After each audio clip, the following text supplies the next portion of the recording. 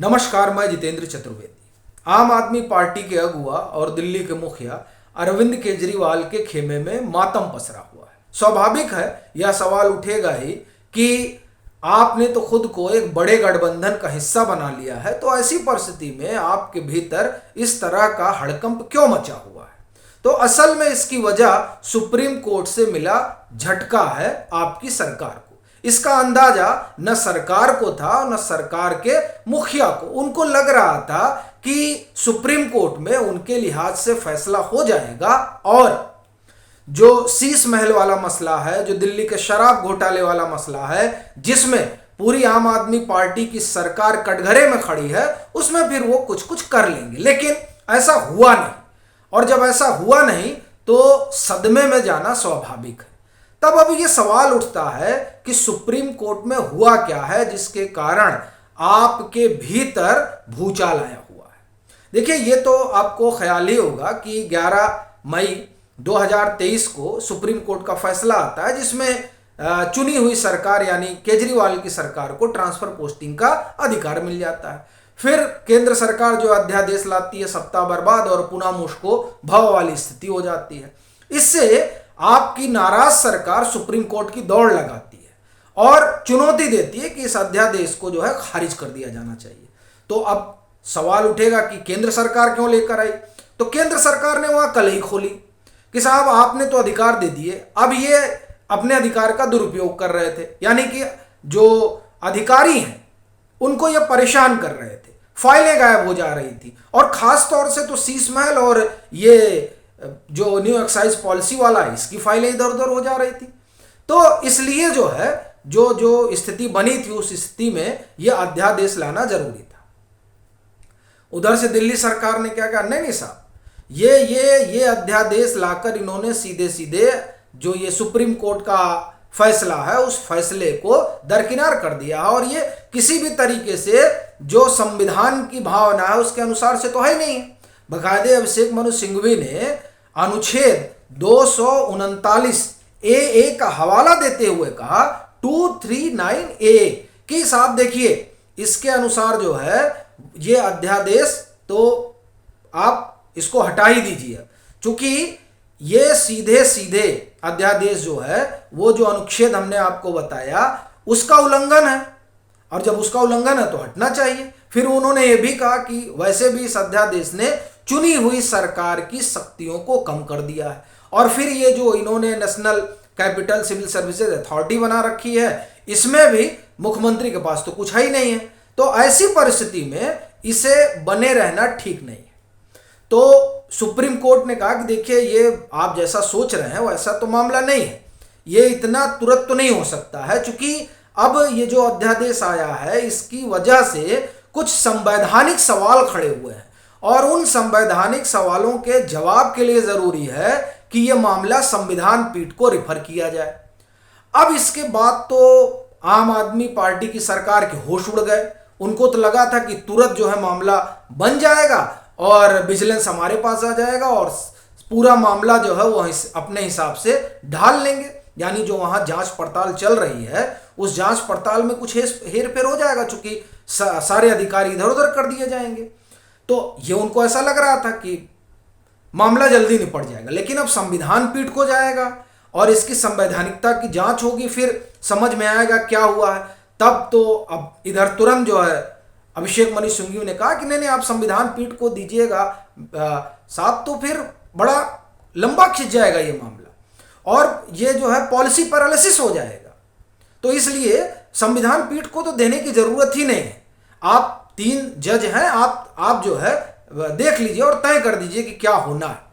तो supreme court ने कहा कि नहीं, ऐसे नहीं होगा, ये तो भेजना ही पड़ेगा।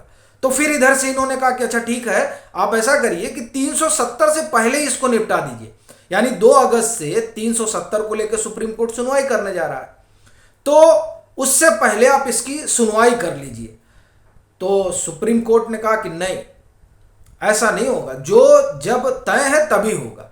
अब देखिए इससे क्या हुआ कि अभी तो मामला बड़ा पीछे चला गया। अब पीछे चला गया तो केजरीवाल सरकार की सांस अटक गई। क्यों? क्योंकि शीश महल की जांच चल रही है, क्या होगा।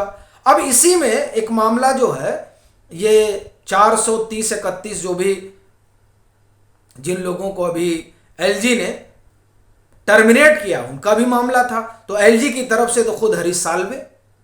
अब ये हुआ कि साहब ये जो मामला है ना, ये तो आप ये समझिए उसको भी लेकर इन लोगों ने चुनौती दे रखी थी कि ये गलत टर्मिनेशन हुआ है।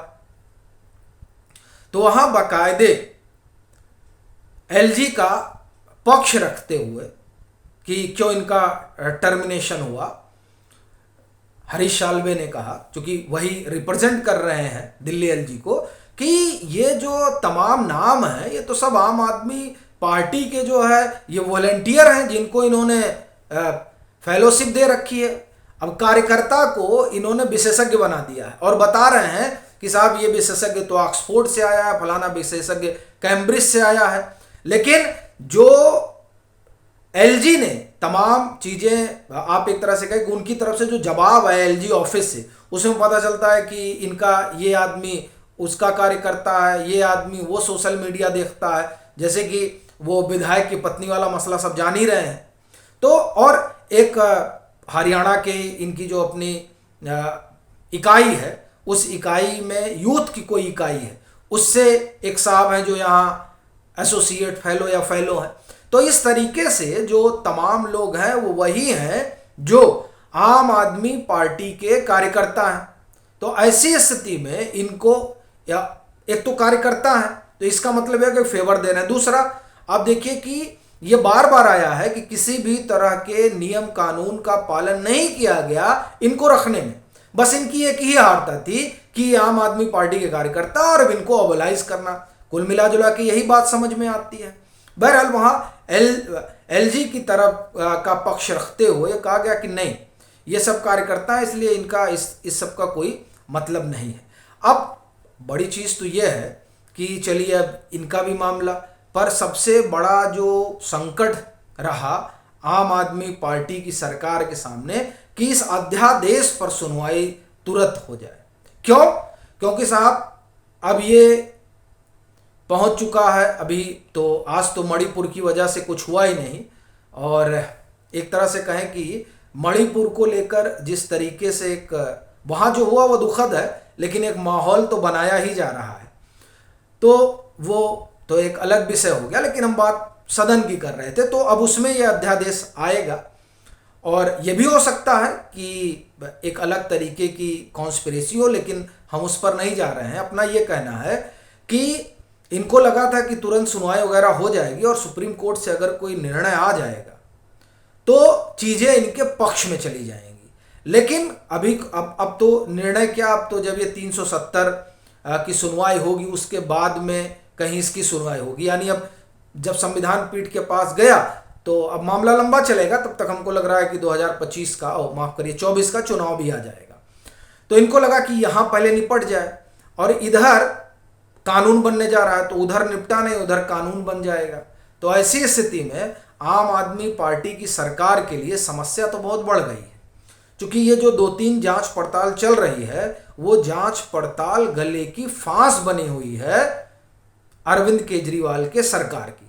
और इसमें देखिए शीश महल वाला मैं फिर कहूँगा, मुझे लग रहा है 1 महीने के आसपास हो गया है जब विजिलेंस डिपार्टमेंट ने नोटिस भेजा था पीडब्ल्यूडी के 7 अधिकारियों को। मुझे लगता है कि उनका जवाब भी आ चुका होगा, और चूंकि अभी ये सब पूरा मामला चल रहा है इसीलिए संभवतः उसे लेकर अभी कोई खबर आ नहीं रही है। लेकिन जो खबर आएगी वो ये मानकर चलिए कि अरविंद केजरीवाल की सरकार और ख़ास तौर से मुख्यमंत्री के लिए तो मुझे नहीं लगता है कि बहुत सुखद होने जा रही है। क्योंकि अगर वहाँ से उन लोगों का कुछ निगेटिव रिमार्क आया तो जिस शीश महल में अभी आप ये कहें कि मुख्यमंत्री अभी इस तरीके से आप कहें कि सीधे सीधे नहीं नज़र आ रहे हैं, लेकिन उस रिमार्क के बाद इनका संकट बढ़ जाएगा। तो अब ये देखने वाली बात रहेगी कि आगे क्या होता है। लेकिन सुप्रीम कोर्ट में तो केजरीवाल की सरकार को झटका भारी लगा।